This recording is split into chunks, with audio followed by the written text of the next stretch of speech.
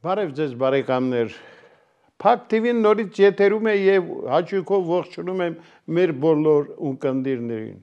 Ասեմ, որ քիչ առաջ մեզ հաջողվել է ուղիղ կապ հաստատել Մոսկվայի հետ, որտեղ մեր զրուցակիցն է լինելու համահայկական ճակատշարժման առաջնորդ Հայաստանի Հանրապետության Պաշտպանության նախկին նախարար գեներալ-մայոր Արշակ Կարապետյանը։ Բարև ձեզ, պարոն գեներալ։ Բարև ձեզ, պարոն Ղուշյան։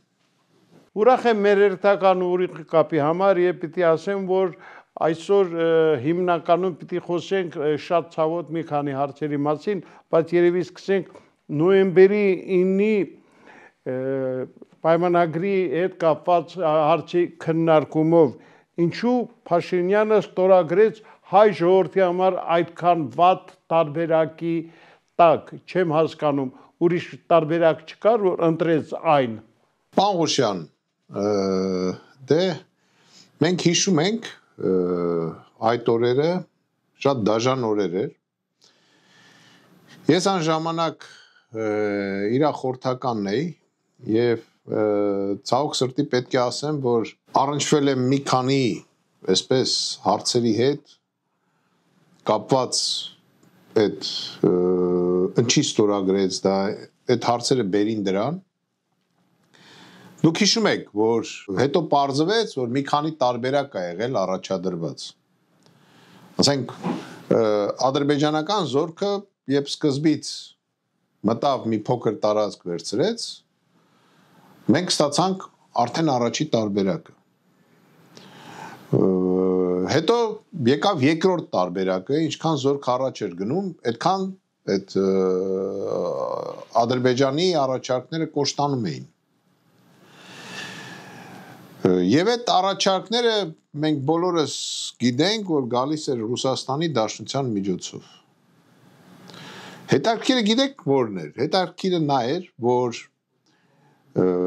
օրինակ ես լինելով խորհրդական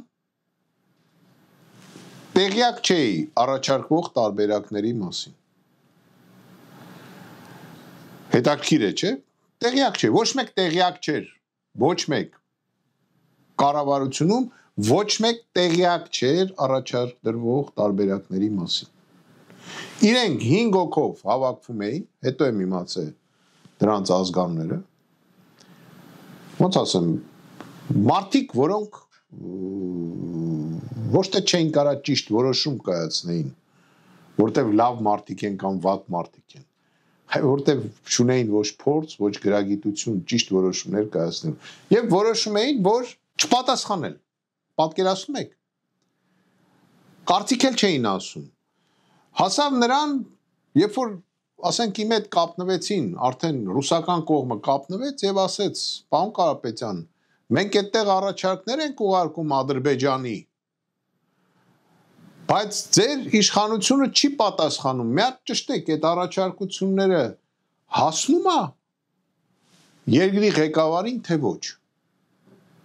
Ես եկա մտա մոտը։ Ասում եմ. «Պարոն վարչապետ, դուք առաջարկներ եք ստացել եւ չեք պատասխանում։ Միջազգային բանով դա ընդունված չի, առաջինը, երկրորդն զորքը առաջ է գալի ադրբեջանական։ Առաջի օրվանից մենք ասեցինք, պետք է կանգնեցնել պատերազմը։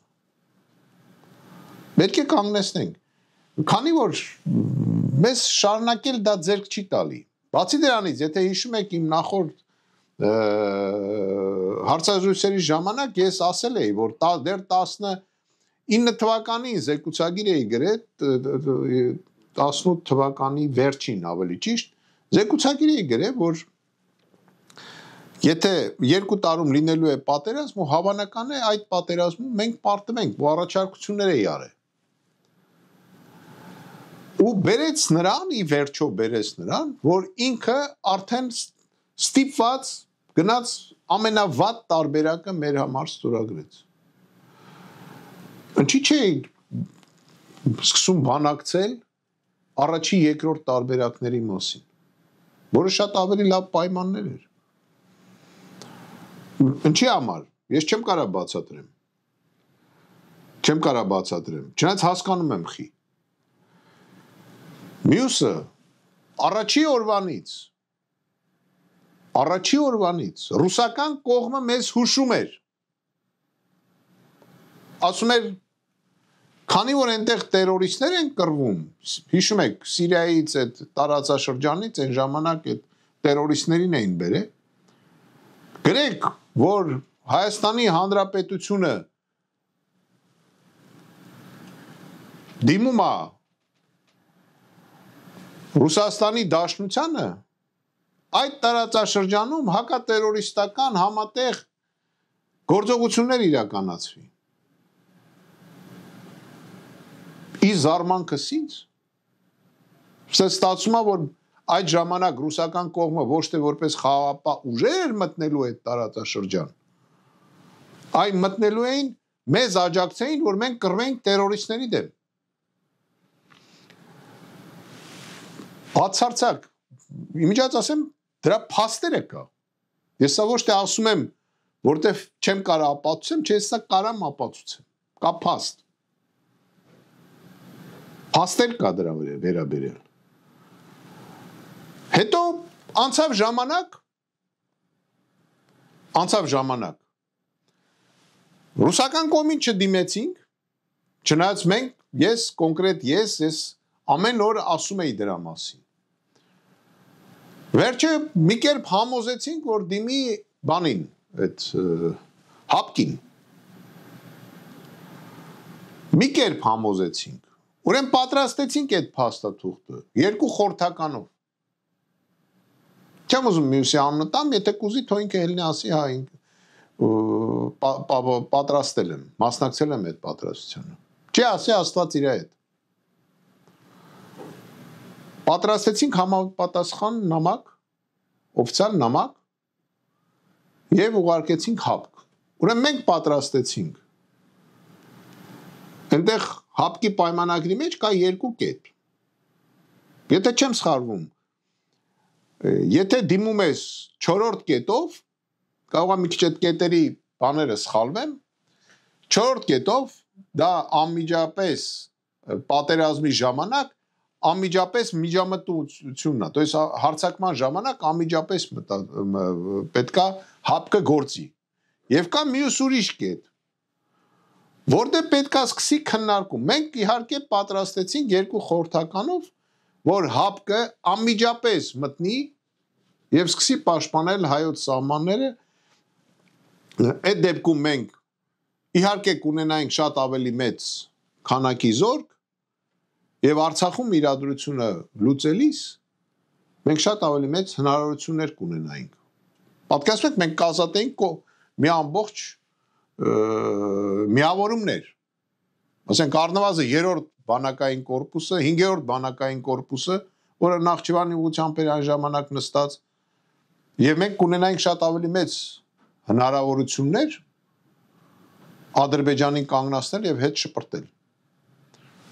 Ուրեմն գնում մենք պատրաստում ենք համապատասխան կետով անմիջապես միջամտում, միջև գնում է հասնում է ուրեմն հապկ, մենք տեսնում ենք այդ կետը փոխվել է։ То есть բանից պարզվում է, որ կետը փոխել են, սարքել են, որ սկսեն քննարկում, ինչ անեն հապկի շտաբում։ Ես ճիշտն ասած զարմացած եմ։ Ես այն ժամանակ մտածում էի, որ դա երևի թե անգրագիտության ինչ որ բան է, չգիտեմ, փորձի բացակայում է եւ այլ։ Բայց հիմա հասկանում եմ, որ դա այդ ամեն ինչը շատ հստակ, շատ միտումնավոր արվել է։ Դրա համար էլ մենք ստորագրեցինք նոյեմբերի 9-ի փաստաթուղթը ու չնայած նրան, որ դրանից հետո ես խորհուրդ տվեցի, ասեցի մենք եկեք չկատարենք Քելբաջարի մասով, Քելբաջարը, Խարվաճարը չհանձնենք, ասեց խես, եթե հանձնենք Խարվաճարը, Արցախը հանձնելու ենք, չենք կարա պահենք, դժվար առնելու պահել։ Խարվաճարը մի տուր, բա ասենց փաստաթուղթ ենք ստորագրել, թե չկսկսի եւ այլ, ասել չի սկսի, դեմը ձմեռա, իր զորքը պատրաստ չի ձմեռվա մարտերին, չի կարալու սկսի։ ու ավելի լավ է մենք իմ կարծիքն եմ ասեմ, նույնիսկ մի շրջան էլ կորցնեինք Արցախից, բայց Խարվաճարը չհանձնեինք։ Էլի չլսեց, ունես տպավորություններ, որ ինքը ավելի էր հետաքրքրված այդ ամեն ինչ աներ, քան նույնիսկ ադրբեջանական կողմը։ Այդ ա եղել այդ ցավալի ժամանակահատվածի ամբողջ իրավիճակը, որը բերել է սրան։ Պարոն գեներալ, մի շատ ցավոտ թեմայից ենք խոսելու,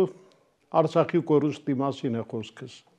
Գիտեք, պիտի ասեմ, որ Արցախի օկուպացիան նորից դարձել է քննարկումների, հարցազրույցների, հայտարարությունների, այսպես գլխավոր թեման հայկական մեդիա դաշտում։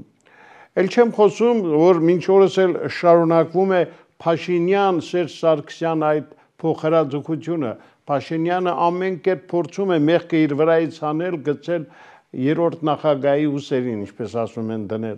Լավ, այս խոսոցի մասին ինչ կարող եք ասել։ Եկեք այս պատասխանի մեջ մենք անձերը մի հատ թողենք այն կողմ։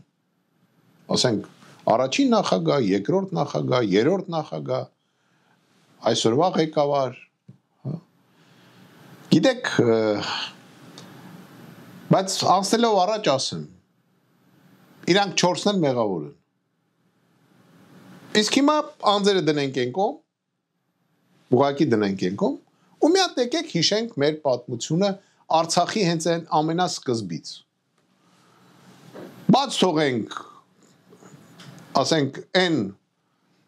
պատճառը, որ սկսվեց, ասենք, Սումգայիթ ցավալի իրադարձությունները, հետո այդ ամենը Ստեփանակերտում բողոքի այդ ցույցերը, հետո Երևանում, այդ սա դնենք են կողմ։ Ինչ տեղի ունեցավ 90-ականների սկզբին, եթե չեմ սխալվում, Ղարաբաղի այն ժամանակ ավտոնոմ հանրապետություն էր կոչվում, Գերագույն խորհուրդը անցկացրեց ռեֆերենդում, որի համաձայն իրենք դուրս էին գալի համապատասխան սովետական այն ժամանակ սահմանադրությանը, Ադրբեջանի կազմից եւ դիմեցին այն ժամանակվա սովետական Հայաստանի Գերագույն խորհրդին ընդունել Ղարաբաղը, հիշում եք, մեր Հայաստանի սովետական Հայաստանի կազմում։ Այն ժամանակ մեր Գերագույն խորհրդում շատերը դեմ էին, շատերը կողմ էին եւ այլ, ի վերջո որոշումը կայացրեց, որ իրենց ընդունում են Հայաստանի Հանրապետության կազմում։ Հետո սովետական միությունը փլվում է, պատերազմը զարգանում է, 94 թվականի մայիսին կնքում ենք հրադադարի պայմանագիր, որի մեջ գրված է, որ մեկ տարվա մեջ պետք է կնքվի խաղաղության պայմանագիր։ Հիմա մի րոպե այդ պահը հիշեք, ընդհանուր ասենք Հայաստան ինչ եղավ։ Սովետական միությունը փլվեց, Հայաստանի Հանրապետության սովետական այդ ղեկավարները հեռացան իրենց պաշտոններից եւ անկախ Հայաստանի ղեկավարությունը եկան մի խումբ անձինք, որոնք չունեին ոչ ղեկավարման փորձ երկրների, ամենաբարձր ղեկավարը եղել էր, կներեք, ինչ որ փոքրիկ տարածաշրջանում իսոյետական մասշտաբում մի հատ գյուղում կոմսոմոլի քարտուղարներ, չեմ վիրավորում, նորից եմ ասում, խնդրում եմ, ներողել, նեք ես ուղղակի իրադարձություն եմ ասում, անձերը դնում ենք են կողմ։ Երկրի ղեկավարներ մատենադարանի գիտ աշխատող։ Ինչ տեղի ունեցավ Ադրբեջանում։ Բոլոր են քաղաքացիական պատերազմները բերին նրան, որ երկրի ղեկավարը դարավ Գեյդար Ալիևը։ Հիմա Ես ձեզ ուղղակի հարց եմ տալի։ Շանս ունեին այն ժամանակվա Հայաստանի Հանրապետության ղեկավարները հաղթեին դիվանագիտական դաշտում Գեյդար Ալիևին, որը որ տասնյակ տարիներ երկիր էր ղեկավարում, հետո էլ ստրատեգիական մակարդակով որոշումներ էր կայացնում ՑԿ-ի կազմում սովետական միության գերագույն իշխանություններ, չէ՞, հիշում եք։ Ինքը այդ կազմի անդամ էր։ Մեր մոտ ինչ եղավ։ Մեր մոտ եկան մարդիկ, որոնք լավ տղեկ էին։ Ու, ասենք, տակտիկական մակարդակով ինչ որ հարցեր կարող էին լուծեին, բայց ստրատեգիական ոչ մի գաղափար չունեին։ Դա հասկացավ Վազգեն Սարգսյանը, դրա համար էլ գնաց Կարեն Դեմիրճյանին, հիշում եք, բերեց եւ միացավ իրեն։ Ինչ վեցը 94 թվականին այդ պայմանագիրը կնքելուց հետո վերադառնում ենք արդեն։ Ինչ տեղի ունեցավ։ Մեկ էլ մենք կանգնեցինք այն ճանապարհով, որ սա աշխարհի համար հասկանալի էր, որ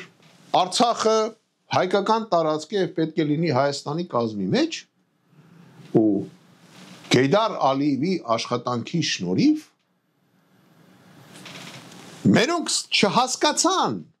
որ իրենց տարան սխալ ճանապարհով։ Ու միջև այսօր էլ մեր որոշ ղեկավարներ հաշվում են, որ դա ճիշտ ճանապարհ է, որ ճանապարհն է։ Արցախը ճանաչենք անկախ երկիր։ Ես հարց ունեմ տալու մեր բոլոր ղեկավարներին,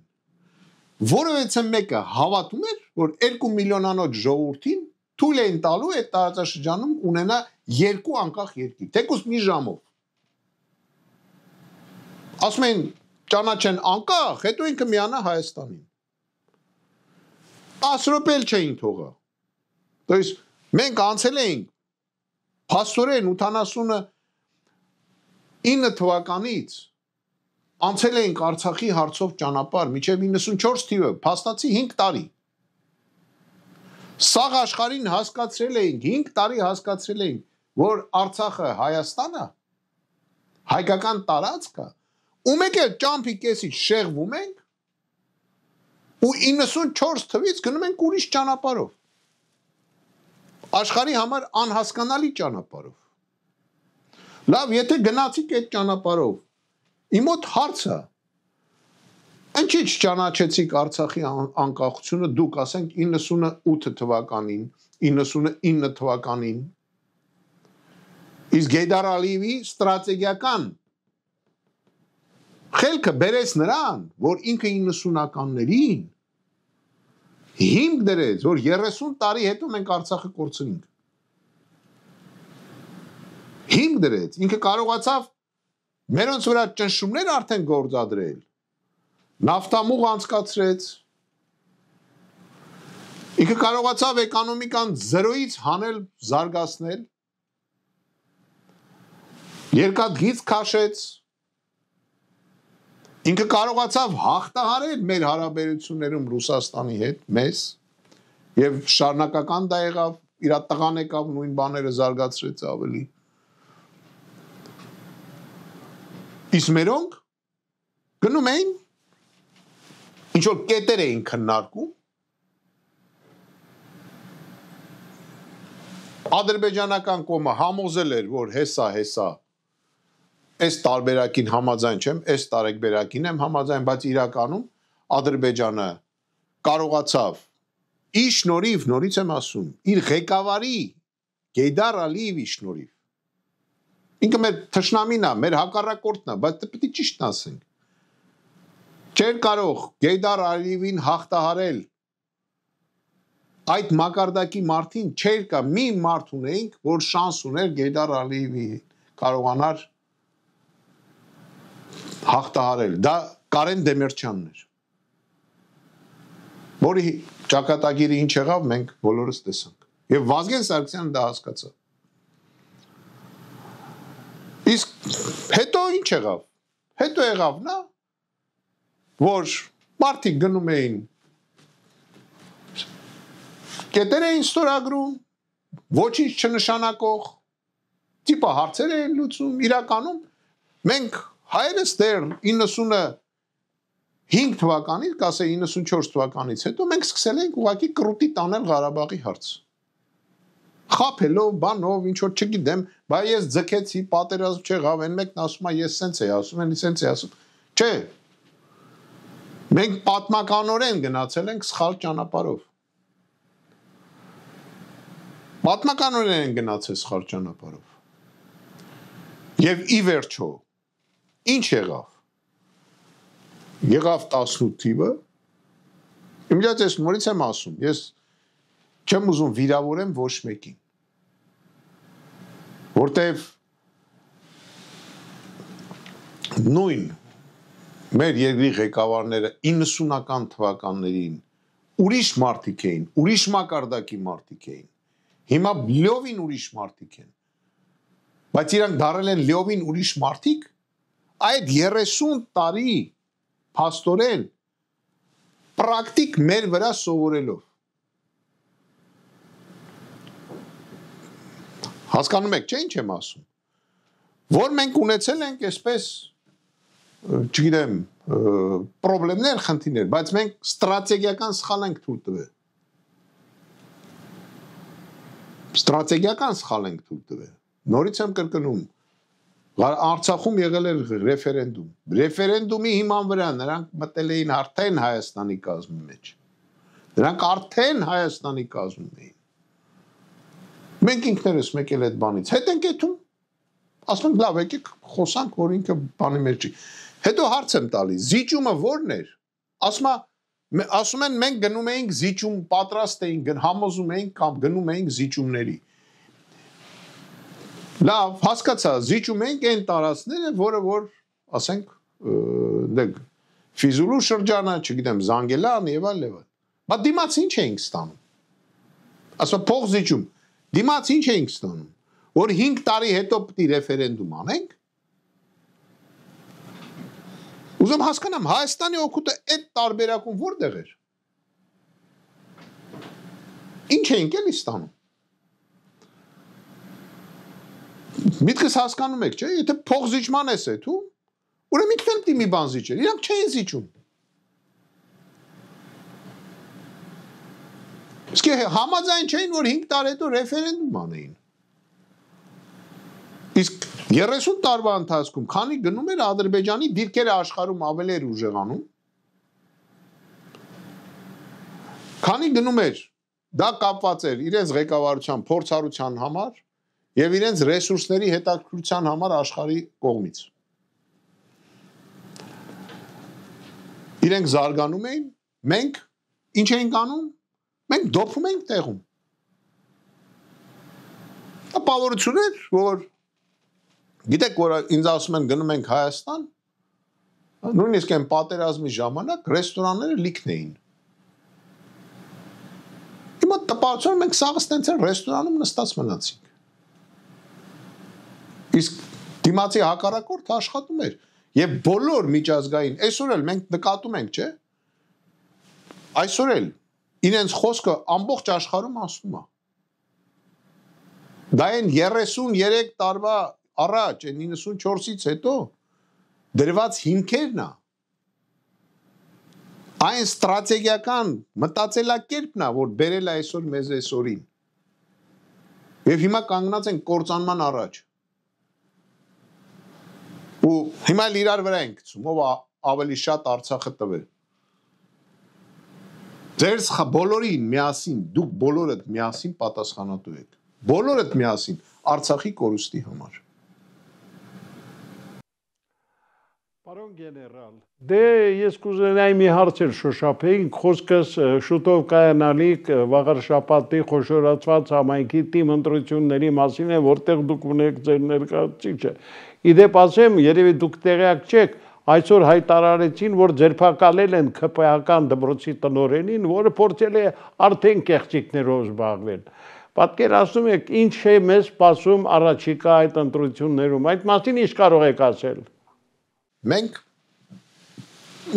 բազմաթիվ բաներ ֆիքսում ենք։ Իրականում չեմ ուզում, որ ոչ մեկն էլ մանավանդ կին արմատը գնա նստի։ Իրականում չեմ ուզում։ Բայց այսօր մենք տեսնում ենք մի բան։ Մի բան էր կարում անել ԿՊ-ն, երկու անգամ արեց։ Դա ընտրություններ, ոնց որ թե 21 թվականին էլ բոլոր դեպքերում ԿՊ-ի կողմից բավականին ազնիվ մոտեցում էր։ Ինչ ասած որ ԿՊ եմ ասում, այդ Ք տառից մի քիչ բան եմ ելնում։ Բայց դա է իրանց անունը, ես ինչ անեմ։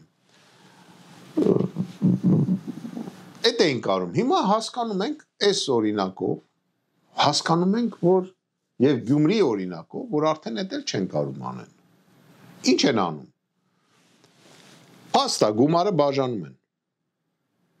Փաստացի, այդ մի հոգու, ուղղակի այդ մի հոգում կարացանք հայտնաբերել։ Այն որ ասում է զինվորականների մոտ մի բան կա, չէ, ասում է դե բոլորն էլ սամավոլկա են եթում։ Բայց վատ ծառայող գիտեք ում են համարում։ Ով որ բռնվում է։ Ով որ չի բռնվում, կարա շատ լավ համարվի զինվոր։ Հիմա սրանցն է, այս կին ուղղակի բռնվել է։ Բանա, բա այն $10,000 նվերները, որ բաժանում է, կամ ընդ պարգևատրում է, այն որ թերթում գրած էր։ Բայ դիրախի չեն ասում աշկիտ վրա ունք կա։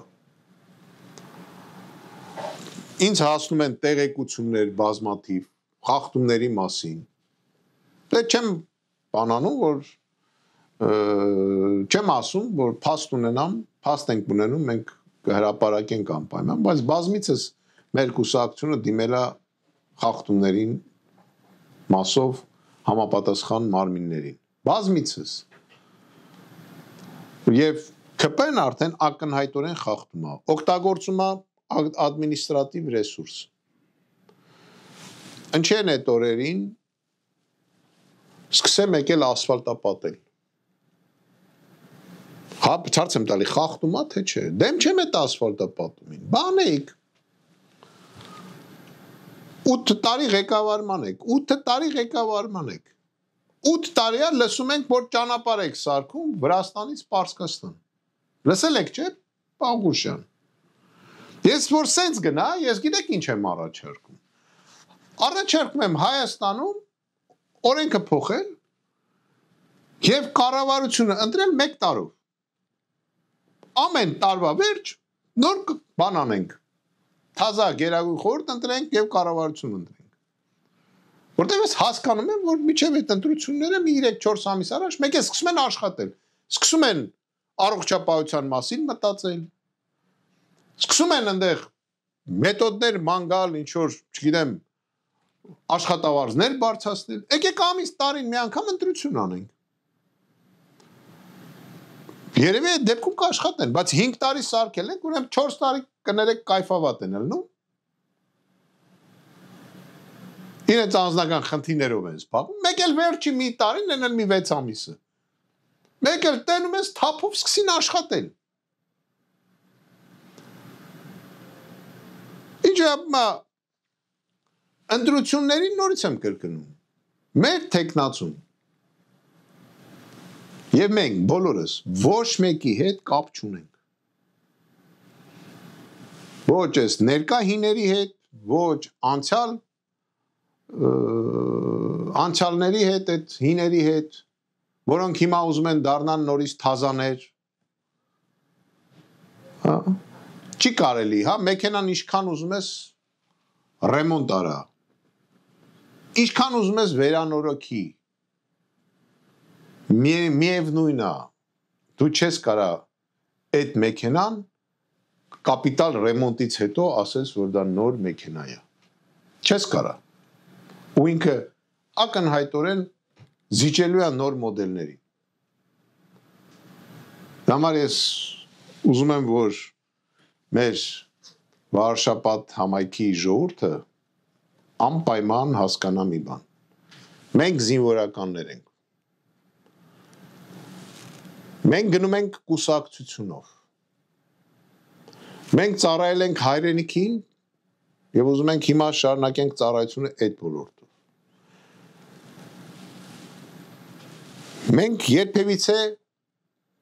փողի համար չենք ծառայել։ Մենք միշտ ծառայել ենք մեր ազգին։ Մենք գիտենք արդարությունը ինչ է, ազնվությունը ինչ է։ Որտեղ մենք կառավարելով զինվորներին, եթե մենք ազնիվ չենք վերաբերվել մեր շարքային կամ մեր ենթականերին, հավատացեք, բանակի համակարգը այնպիսին է, որ նման մարդիկ դուրս էր շպրտվում բանակից։ Մենք գիտենք արդարությունը ինչ է։ Դա համար ես առաջարկում եմ բոլորին քվեարկեն համար 2-ի 2 կետում նշած կուսակցության համար եւ հավատացեք ամեն ինչ անելու ենք որ Հայաստանը վերածնվի եւ վերականգնվի եւ գնալու ենք հաջորդ ընտրություններին արդեն ավելի մեծ մասշտաբով մենք գնալու ենք եւ մասնակցելու ենք Եղա պարոն գեներալ, շնորհակալ եմ այսօրվա անկեղծ զրույցի համար։ Դե ես կարծում եմ, որ ընտրություններից հետո մենք մեկ անգամ էլ կհանդիպենք եւ կփորձենք վերլուծել, թե ինչպես անցան այդ ընտրությունները։ Շնորհակալ եմ։ Սիրելի բարեկամներ, հերթական անգամ ուղիղ կապ ենք հաստատել Մոսկվայի հետ, որտեղ մեր զրուցակիցը համահայկական ճակատ շարժման առաջնորդ գեներալ-մայոր Հայաստանի Հանրապետության Պաշտպանության նախկին նախարար Արշակ Կարապետյանն էր։ Այսօր այսքանը, ցտեսություն։